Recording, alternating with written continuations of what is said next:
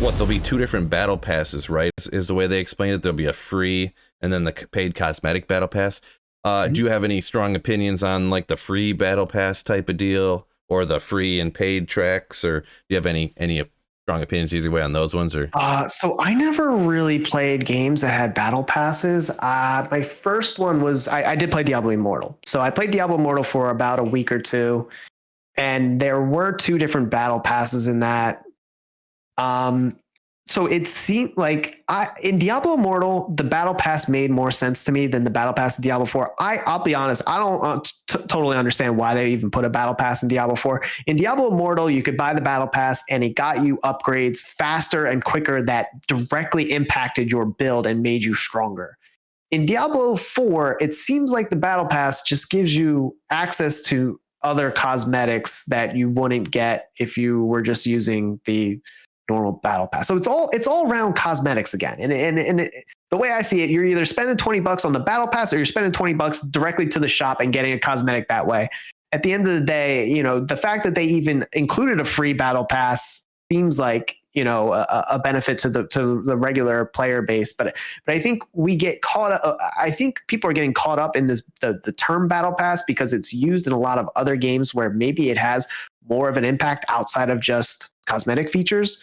Like I think even Hearthstone, another Blizzard game, has a battle pass, but you like get actual packs from Hearthstone packs, which directly equate to your power in the game. So I think battle pass is a term that's used synonymously across all different games, but the way that Blizzard seems to be implementing it is still just around cosmetics. Like buying the battle pass is not going to make you stronger. It might give you a cooler cosmetic that you wouldn't have if you didn't buy it.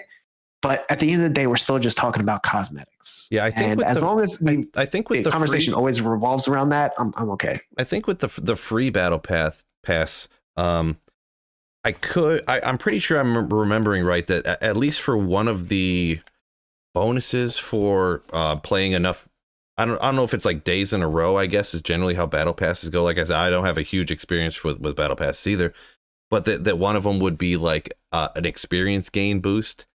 I do think they did mention that one specifically. So, and that's not necessarily there would be no pay for any boost to your character or whatever. But with that being in the free battle pass, that's one thing, and it's not even like a deal breaker for me. But I'm almost positive. I've been wrong in the past, so I don't want to say 100%, guys. Yeah. Okay, I'm wrong sometimes, but I'm pretty sure they did mention that, and that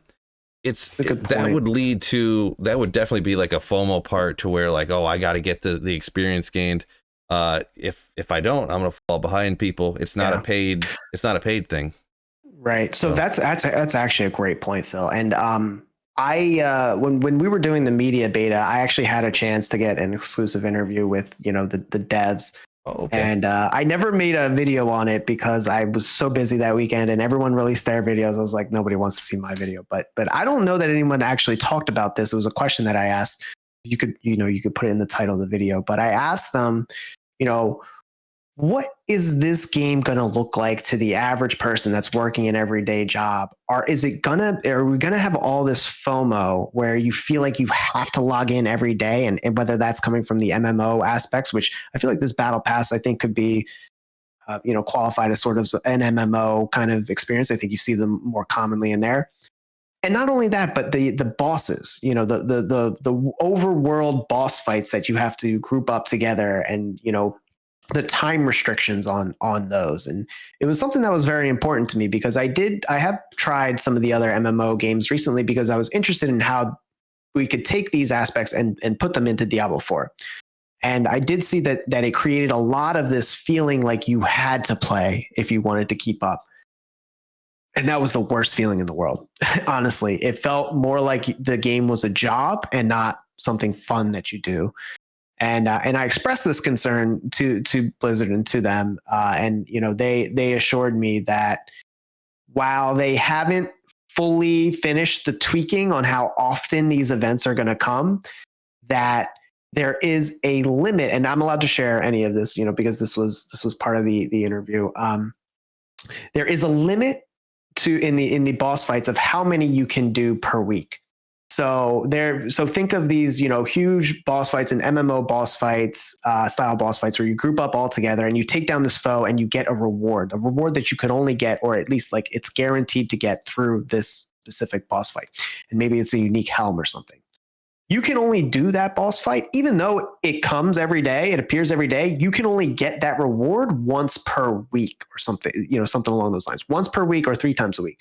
So while, yes, you could log in and do that boss fight every day, you're only going to get the big reward once a week. And so if you're doing it multiple times, maybe it's good that you can do it multiple times, because then you can help your buddy do it and then he'll get the reward. You won't get the reward the second time, but your buddy will get it the second time. So they don't want to completely remove you from being able to do that fight every day if you wanted to, but you just will only get the really special reward one time. And I thought that, a week is probably enough time where, you could find some time if you were really dedicated to the game to get in and do that boss fight and get that special reward. But something like logging in every day to get an experience boost, that doesn't really sit all that right with me either. I think immediately I get that feeling of when I played these other MMOs and I felt like I literally had to play every day to keep up. And that's never a great feeling. It doesn't feel like you're playing a video game at that point, but why do they do it? For their numbers. They want to show an active player base, and you can't really fault them for doing it, but it creates an environment that is not fun. I don't think personally for a video game. Yeah. But that was the thing that I had asked them. Yeah. I don't think it's like necessarily a deal breaker for me in any way. It's one thing that's just kind of a small, just kind of negative, because I know how it could be to some people. There is actually even, and just to show how it wouldn't necessarily be a deal breaker, some of the stuff they even added to Diablo 2 Resurrected, in my opinion, like if you actually sit down and think about it for a second, like the even the declone spawning, that's kind of a FOMO thing right there. Like you got the declone tracker websites, you're like, oh no, declone's going to spawn an Asian server at 10:47. Well, I guess I got to get up at 4:30 and go to work, but I want this Annie. So then all of a sudden you're going to work on 4 hours of sleep and something like that. Like some of these things are kind of I don't want to say inevitable, but or this has happened to me as well. I'm speaking from experience here. You know what I mean? When you're like, oh man, I gotta go do this or that. Like I should really go. I don't want to say it's too loud. I gotta go fold the laundry or something. I don't want the wife to hear me. But then you're like, oh man, it's terrorized cows. Like maybe we can do that tomorrow. You know what I mean?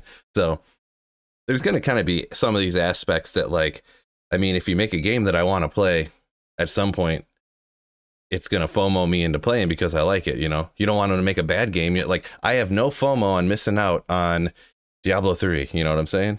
Yeah, so exactly. I'm not FOMO'd into anything on that game. They did a great job at having no FOMO, but hopefully Diablo 4 FOMOs me a little bit so that I want to play it. So it's not, I just wanted to kind of emphasize that I'm not like tearing the game apart, but yeah, there is sometimes that sometimes the battle passes they just feel cheap, kind of in my opinion. Yo fellas, this is a new channel, so double check and make sure you're subscribed up.